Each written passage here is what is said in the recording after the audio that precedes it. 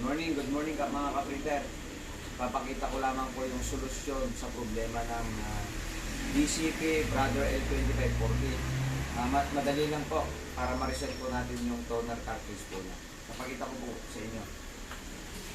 Po, may lumalabas po dito na replace toner.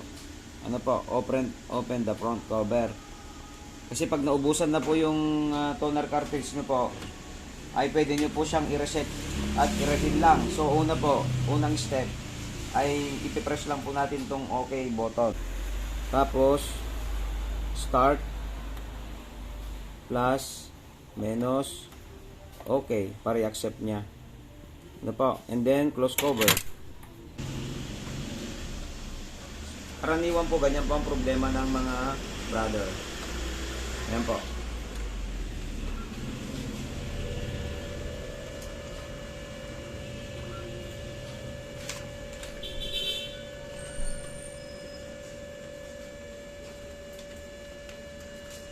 Ito po siya.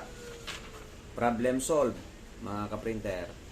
So, ganun lang po kadali. Please like and share my videos. Please subscribe, The Printer Doctor. Good morning!